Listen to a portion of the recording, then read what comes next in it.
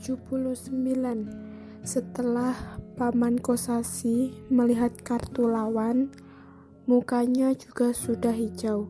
Saat ini, pria botak berkata padanya, "Teman, menurutku keberuntunganmu hari ini kurang baik. Bagaimana kalau berhenti main?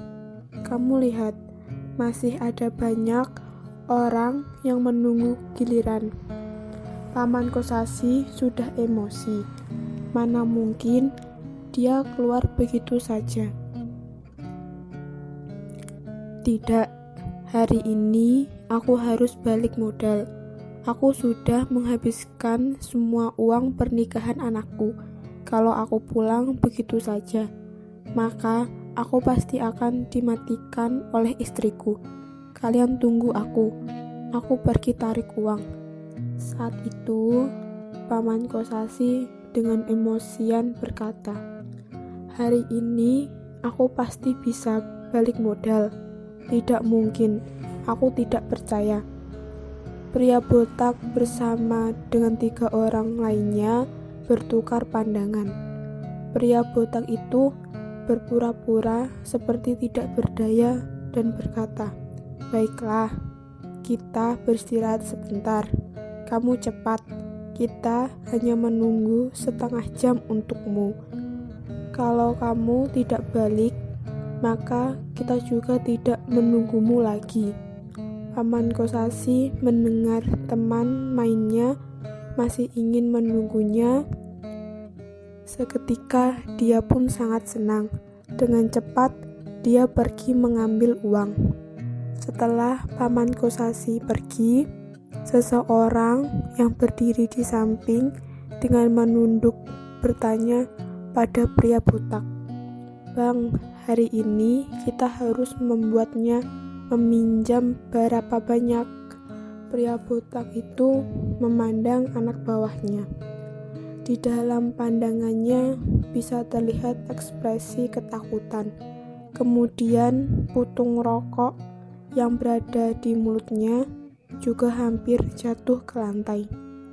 Pria botak itu memegang erat kepalanya, memaksa dirinya untuk tenang, dan berkata pada orang lain, "Hari ini kita membuatnya separah mungkin. Setelah menyinggung tuan kita Dara, mendapatkan perlakuan seperti ini juga sudah sangat beruntung. Sudahlah, jangan banyak omong kosong lagi. Nanti lihat ekspresiku saja. Masalah ini kalian simpan baik-baik. Siapapun tidak boleh mengatakannya keluar." Beberapa anak bawahnya juga diam. Hanya sesaat, Paman Kosasi juga membawa tas yang sudah kotor berjalan kemari. Pria botak dengan sedikit tersenyum melihat Paman Kosasi. "Aku bilang kawanku, bagaimana kamu bisa mempunyai uang sebanyak ini? Kamu mendadak kaya dari mana?" Muka Paman Kosasi merah. Kemudian dengan ragu-ragu menjawab, "Dulu pernah meminjamkan uang. Sekarang aku juga menagihnya kembali." Paman Kosasi juga meletakkan semua uangnya di meja. Dengan penuh emosi berkata, "Hari ini aku pasti akan balik modal." "Baik, sangat percaya diri." Pria botak itu segera memberikan tatapan kepada anak bawahnya. Kemudian semua orang juga mulai memuji Paman Kosasi, membuat Paman Kosasi begitu berbahagia. Setelah dipuji oleh banyak orang, dirinya seperti sudah berubah menjadi dewa judi, sangat bersinar. Demi menenangkannya, pria botak itu memberikan tatapan kepada anak bawahnya. Kemudian anak bawahnya juga memberikan Paman Kosasi sebuah kesempatan untuk menenangkan babak ini. Kemudian Paman Kosasi dengan cepat juga kembali percaya diri dan terjebak lagi. Tetapi babak kedua dan ketiga juga tidak seberuntung itu. Berkali-kali kalah, pria botak itu terus membakarnya dari waktu ke waktu. Aku bilang, adikku, apa yang terjadi denganmu? Tadi keberuntunganmu lumayan bagus. Mengapa dalam sesaat keberuntunganmu sudah tidak ada?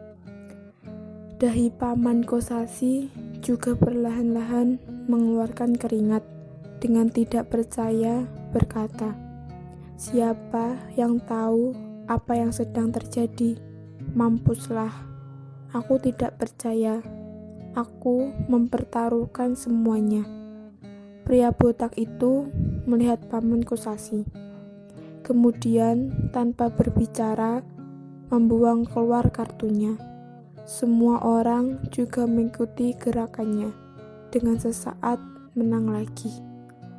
Pria botak itu menyimpan semua uang yang sudah dimenangkannya di meja. Dengan serius berkata pada Paman Kosasi, sudahlah adikku, jangan main lagi. Cepat kosongkan tempatmu, biarkan orang lain untuk bermain. Orang yang berada di sekitar juga ikut menjerit. Betul-betul, cepat kosongkan tempatnya. Leher Paman Kosasi memerah. Kemudian dia mengeluarkan dan meletakkan surat pembelian rumah ke atas meja. Aku tidak percaya. Aku tidak percaya. Hari ini aku tidak bisa balik mood. Mata Paman Kosasi sudah keluar garis-garis darah. Postur tubuhnya seperti sudah menggila. Pria botak itu memandang kontrak rumah yang berada di meja. Akhirnya sudah sampai saat ini. Dia sudah dipesan oleh pihak sana untuk membuat anak kedua keluarga Kosasi mengeluarkan kontrak rumah itu dan mengalahkannya. Sudah mengambil bayaran dari pihak sana. Pria botak juga tidak mungkin tidak berusaha kuat untuk melakukan pesan mereka. Karena adik satu ini sangat percaya diri, maka aku juga tidak akan menghalangimu untuk kaya. Tetapi barang ini juga tidak bisa sembarang ditaruhkan. Apakah kamu sudah berpikir jelas? Pria botak itu mempertanyakan Paman Kosasi sekali lagi. Kalau sudah berpikir jelas, maka tulis surat keterangan. Jangan sampai saat itu kamu berkata lain. Pria botak itu memberikan tatapan untuk anak bawahnya. Kemudian anak bawahnya juga mengeluarkan secari kertas dan pulpen untuk Paman Kosasi. Paman Kosasi juga sudah kebingungan karena kalah. Jadi, dia sama sekali tidak memikirkan mengapa pria botak itu sudah mempersiapkan surat itu dari awal. Dia dengan cepat mengecapkan jari tangannya.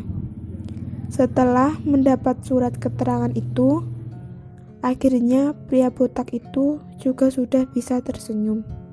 Paman Kosasi mempertaruhkan semuanya dan hanya menunggu saat dia bisa balik modal.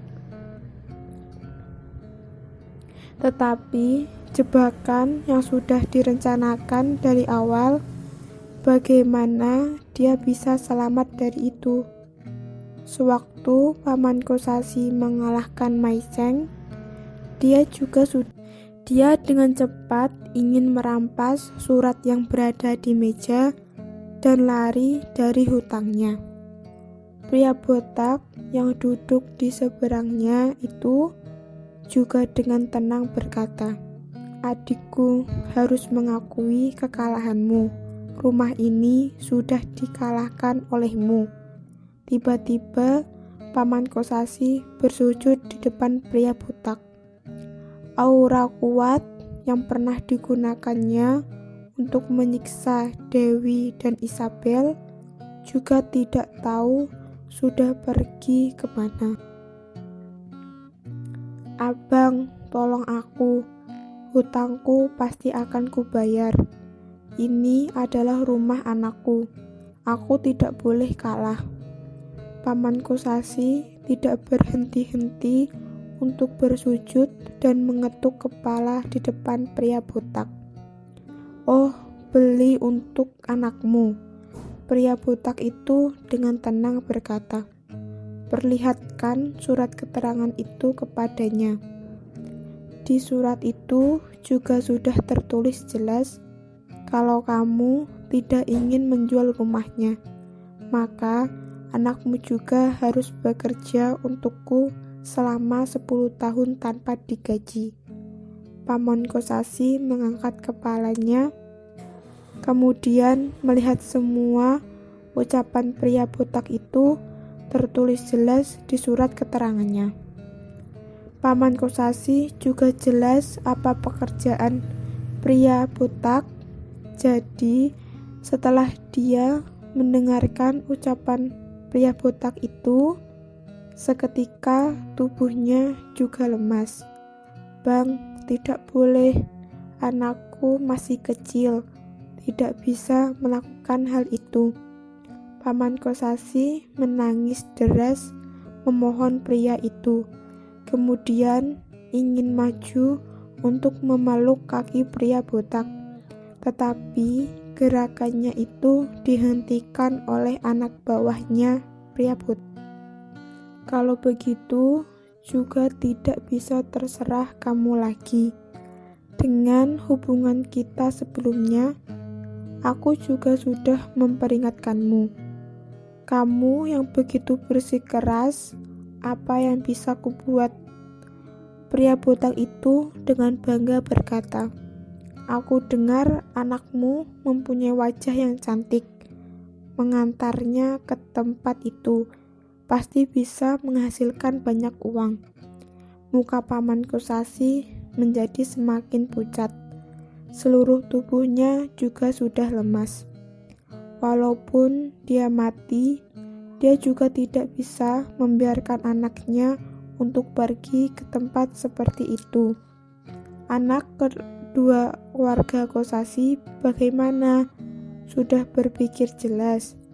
Pria butak itu mengelus kepalanya, kemudian dengan ekspresi tidak bersabar berkata, kesabaranku ada batasnya. Jangan membuatku menunggu terlalu lama. Paman Kosasi masih ragu-ragu. Pria butak itu menganggukkan kepalanya kepada anak bawahnya. Kemudian anak bawahnya juga berjalan pergi untuk menangkap Tiffany. Paman Kosasi sangat terkejut dan memeluk anak bawah itu dengan menggila berjerit, aku jual, rumah ini aku jual. Pria butak itu dengan puas tersenyum. Betul dong, dari awal seharusnya sudah begini. Pria butak itu membawa pergi sekelompok orang. Dengan cepat tempat itu juga kosong melompong. Paman Kosasi jatuh terduduk di lantai. Setelah sekian lama dia juga masih belum sadar. Mampus. Semua sudah berakhir. Dia tidak hanya menghabiskan 400 juta yang diberikan oleh Ravindra, dia juga menghabiskan seluruh tabungannya. Sekarang, dia juga kehilangan rumah Tiffany. Dia benar-benar sudah kehilangan semuanya. Jam 3 sore. Isabel dan Dewi juga dengan bahagia pulang dari berbelanja di supermarket. Nando membuka bagasi belakang dan mengeluarkan semua barang. Ketiga orang itu belum sempat masuk ke rumah, mereka juga mendengar suara jeritan yang keluar dari rumah sebelah. Sekelompok tetangga juga sudah mengerumuni rumah itu. Apa yang sudah terjadi? Dewi tidak tahan untuk bertanya. Isabel juga sedikit penasaran. Kalau dia sekarang tidak hamil, dia pasti sudah berjalan ke sana dan ikut berdiskusi. Nando tersenyum dan tidak mengatakan apa-apa. Dia pasti sudah tahu apa yang telah terjadi, tetapi sekarang dia tidak boleh mengatakannya. Saat ini, suara melekik seorang wanita juga terdengar dari dalam. Kalian keluar, keluar. Ini adalah rumahku. Kalian tidak bisa merebut rumahku. Suami kamu cepat beritahu mereka. Ini adalah rumah kita, bukan rumah orang lain. Farhan dengan kasihan ditarik keluar oleh sekelompok orang itu. Farhan juga sudah marah. Kalian siapa sebenarnya? Atas hak apa kalian mengatakan bahwa rumah ini milik kalian? Jangan bercanda lagi. Jelas-jelas ini adalah rumahku, rumah yang dibeli oleh ibuku. Isabel dan Dewi juga bingung. Mereka tidak kepikiran bahwa semua keonaran ini berasal dari rumah Farhan. Semalam, keluarga Kosasi begitu heboh. Hari ini, pengantinnya belum sempat pulang ke rumahnya. Mereka juga sudah mempunyai masalah. Pandangan Nando menjadi berat. Kemudian berkata pada Isabel, "Aku pergi lihat apa yang sedang terjadi. Nyonya pulang rumah saja. Kalau ada orang yang tidak sengaja menabrakmu juga tidak bagus." Dewi mendengar alasan ini, kemudian dia juga berkata pada Isabel, "Sudahlah, masalah keluarga Kosasi. Kita jangan memedulikannya lagi. Kita sudah tidak mempunyai hubungan dengan keluarga Kosasi. Ayo, begitu banyak orang, tidak bagus kalau sudah mengganggu anakmu." Isabel menganggukkan kepalanya, kemudian mengikut Dewi pulang ke rumah. Nando berbalik badan dan berjalan ke arah kerumunan orang. Sewaktu pria botak melihat kedatangan Nando, dia juga terkejut. Sewaktu dia ingin berjalan ke arahnya untuk menyapa, Nando juga menggelengkan kepalanya. Kemudian pria botak itu juga mengerti maksudnya. "Bos datang untuk memeriksa pekerjaan kita." Bagaimana mungkin pria botak itu tidak berusaha? Pria botak langsung mengeluarkan surat jual beli rumah itu dan berkata pada Farhan, "Lihat baik-baik, kontrak ini sudah berada di tanganku. Aku adalah pemilik rumah ini. Aku mempunyai hak untuk mengusir kalian dari sini." Farhan tidak percaya. Dia merampas kontrak itu dan melihatnya. Seketika dia juga ingin merobeknya. Untung saja tangan pria botak itu cepat. Dia merampasnya kembali dan berkata kepada semua tetangga yang mengerumuni mereka, "Semua orang lihat baik-baik. Kita bukanlah orang yang sembarangan menyiksa orang lain. Kita mempunyai kontrak asli. Rumah ini dari awal juga bukan milik Farhan, melainkan rumah adiknya. Sekarang adiknya berhutang padaku. Dia menggunakan rumah ini untuk membayarku. Aku datang untuk mengambil rumahku. Apakah ada yang salah dengan itu? Tetangga yang berada di sekitar juga mulai berkomentar. Setelah istri baru Farhan mendengarkan ucapan itu, seketika dia pun menggila terhadap Farhan. Farhan bajingan, bukankah kamu bilang rumah ini milikmu? Bagaimana kamu boleh membohongiku? Setelah mengatakan ucapan ini, dia mengulurkan tangan untuk memberi satu tamparan kepada Farhan. Istri barunya ini juga bukan lemah lembut seperti Dewi. Dengan sekejap wajah Farhan juga merah. Farhan ingin membalasnya, tetapi melihat istrinya yang sedang hamil, dia juga takut akan melukai anaknya. Jadi Farhan hanya bisa bersembunyi dari tamparan istrinya. Sama sekali tidak berani membalasnya. Isabel dan Dewi masuk ke rumah. Jeritan dan kekacauan di luar juga terbataskan oleh satu dinding itu. Setelah lewat sekejap, Nando juga kembali dari luar. Bagaimana? Isabel mewakili ibunya untuk bertanya. Walaupun ibunya tidak berkata apa-apa, tetapi hatinya masih memikirkan masalah ini. Jadi, dia juga dengan cepat mewakili